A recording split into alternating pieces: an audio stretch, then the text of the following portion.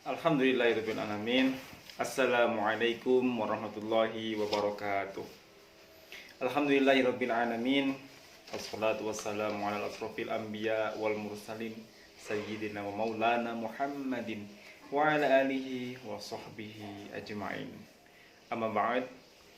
Anakku yang berbahagia, Bapak Ibu yang dirahmati oleh Allah Subhanahu wa taala. Alhamdulillah pada kesempatan hari ini, pada hari yang penuh dengan keberkahan ini, kita diberikan kesehatan oleh Allah Subhanahu wa taala, karunia yang sungguh luar biasa kepada kita semua yang diberikan oleh Allah, sehingga pada kesempatan hari ini kita bisa melaksanakan ibadah sunnah maupun wajib di bulan suci Ramadan. Karena pada dasarnya apabila kita menjalankan ibadah-ibadah selama di bulan suci Ramadan, imanan wahtisaban, insya Allah Allah akan mengampuni dosa-dosa kita, dosa-dosa sebelum bulan puasa Ramadan. Anak-anakku yang berbahagia, Bapak Ibu yang dirahmati oleh Allah Subhanahu wa taala. Allah berfirman dalam Al-Qur'an, "Syahrul Ramadan alladzi unzila fihil Qur'an hudan linnas wa bayyinatin minal huda wal furqan. Faman syahida minkum syahra falyasum. Faman kana maridan aw ala safarin fa iddatun min ayyamin ukhra. Yuridullahu bikumul yusra wa la yuridu bikumul usra. Walitukmilu iddata walitukabbirullaha ala ma hadakum wa la'allakum tashkurun." Al-ayat amma. Dari ayat tersebut dapat kita ambil sebuah pelajaran besar. Allah berfirman dalam Al-Quran bahwa bulan Ramadan adalah bulannya Al-Quran, Syahrul Quran, sebagai pembeda, sebagai petunjuk yang pertama. Kedua adalah sebagai pembeda mana yang baik, mana yang buruk, mana yang hak, mana yang batil, mana yang harus kita lakukan, mana yang tidak harus kita lakukan, harus kita hindari.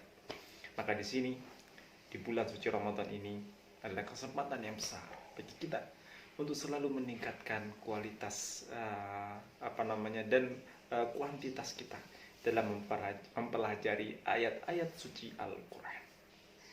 Dalam proses turunnya Al-Quran, banyak sekali riwayat yang mengatakan, salah satu yang paling terkenal adalah di dalam kitab yang dikarang oleh Syekh Mana Al-Qotong dalam kitabnya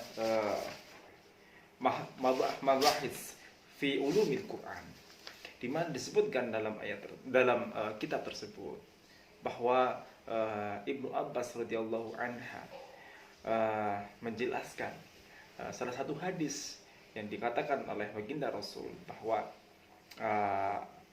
Al-Quran diturunkan sekaligus ke langit dunia atau Baitul Izzah atau Sama'id dunia pada malam Lailatul Qadar. Ya. Nah, ini dikuatkan. Pendapat ini dikuatkan sesuai dengan salah satu ayat Al-Quran, yakni surat Al-Qadr ayat 1. Inna anzalnahu fi lailatul qadr. Sungguhnya aku, kata Allah, menurunkan Al-Quran pada malam Lailatul Qadar. Nah, maksudnya adalah diturunkan ke Baitul Izzah, lantas kemudian diturunkan secara berangsur-angsur, ya, selama 23 tahun. Nah, berangsur-angsur ini pun juga ada di dalam Al-Quran. Surat Al-Isra ayat 106. Bismillahirrahmanirrahim. Wa Qur'anan faraqnahu litaqra'ahu 'alan nas. Ya, yang artinya dan Al-Quran kami turunkan berangsur-angsur. Faraqnahu, agar engkau membacakannya kepada manusia perlahan-lahan, dan kami menurunkannya secara bertahap. Ini Al-Isra ayat 106. Artinya bahwa dalam kitab tersebut dijelaskan Allah menurunkan Al-Quran, ya. Allah menurunkan Al-Quran secara langsung ke Baitul Izzah, lantas kemudian diturunkan kepada Nabi Muhammad melalui malaikat Jibril secara berangsur-angsur selama 23 tahun. Anak yang berbahagia, Bapak Ibu yang dirahmati oleh Allah Subhanahu wa taala, dari kisah tersebut dapat kita ambil sebuah pelajaran besar, ya, bahwa ini adalah proses yang sangat luar biasa menjadi perjalanan Islam, ya, sampai saat ini. Dan ini menjadi sebuah ilmu pengetahuan yang harus kita syukuri, ya. Ini adalah nikmat yang luar biasa. Kita harus bersyukur dengan cara apa? Meningkatkan kuantitas dan kualitas kita dalam belajar ilmu-ilmu Al-Quran khususnya. Oleh karena itu, baginda Rasul Muhammad SAW bersabda, ya, dalam hadisnya yang diriwayatkan oleh Imam Baihaqi, kun aliman au muta'alliman au mustami'an au muhibban wala takun khamsan. Dalam hadis tersebut, yang pertama adalah disarankan oleh Allah, disarankan oleh baginda Rasul. Yang pertama, jadilah orang yang alim. Alim maksudnya adalah alim yang ahli di bidang Al-Quran khususnya, ya. Ilmu pengetahuan apapun semua bersumber pada Al-Quran. Nah, apabila kita nggak bisa menjadi alim, maka yang kedua, jadilah muta'alliman, jadilah orang yang mau belajar Al-Quran. Khairukum man ta'allama Al-Quran wa 'allamahu. Sebaik kalian adalah yang mau belajar Al-Quran dan mau mengamalkannya. Maka yang ketiga, kalau kita sibuk, kita nggak bisa jadi alim, nggak bisa jadi muta'alliman, maka yang tiga adalah mustami'an. Jadilah orang yang selalu mendengarkan ayat-ayat suci Al-Quran dimanapun kita berada, ya. Maka hati kita akan tenang, ya. Maka yang keempat, au muhibbat, jadilah orang yang mencintai orang-orang Al-Quran. Kita sibuk nih, nggak bisa dalam sehari-hari kita dengarkan Al-Quran karena kesibukan, ya. Maka yang keempat, grade yang keempat adalah jadilah orang yang mencintai ahli Al-Quran, mencintai majlis Al-Quran, mencintai rumah Quran.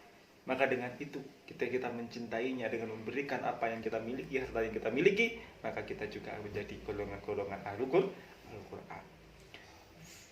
Yang kelima apa? Jangan jadi yang kelima, wala takun khamsan fatahluk. Kalau kita jadi yang kelima, nggak suka mendengarkan, masya Allah, naudzubillah, nggak mencintai Al-Quran, maka hati kita akan fatahluk, akan rusak ini, ya, akan celaka, akan hancur. Maka jangan sampai yang jadi yang kelima, sudah nggak menjadi alim, muta'aliman, mustami'an, muhibban, mau jadi apa? Kita harus mencoba menjadi salah satu jadi empat itu, ya, agar supaya hati kita selalu ada dalam lindungan Allah, hati kita selalu ada alam kalam Allah, yakni Al-Quran. Mungkin itu yang bisa saya sampaikan pada kesempatan hari ini. Billahi taufiq wal hidayah, waridho wal inayah. Wassalamualaikum warahmatullahi wabarakatuh.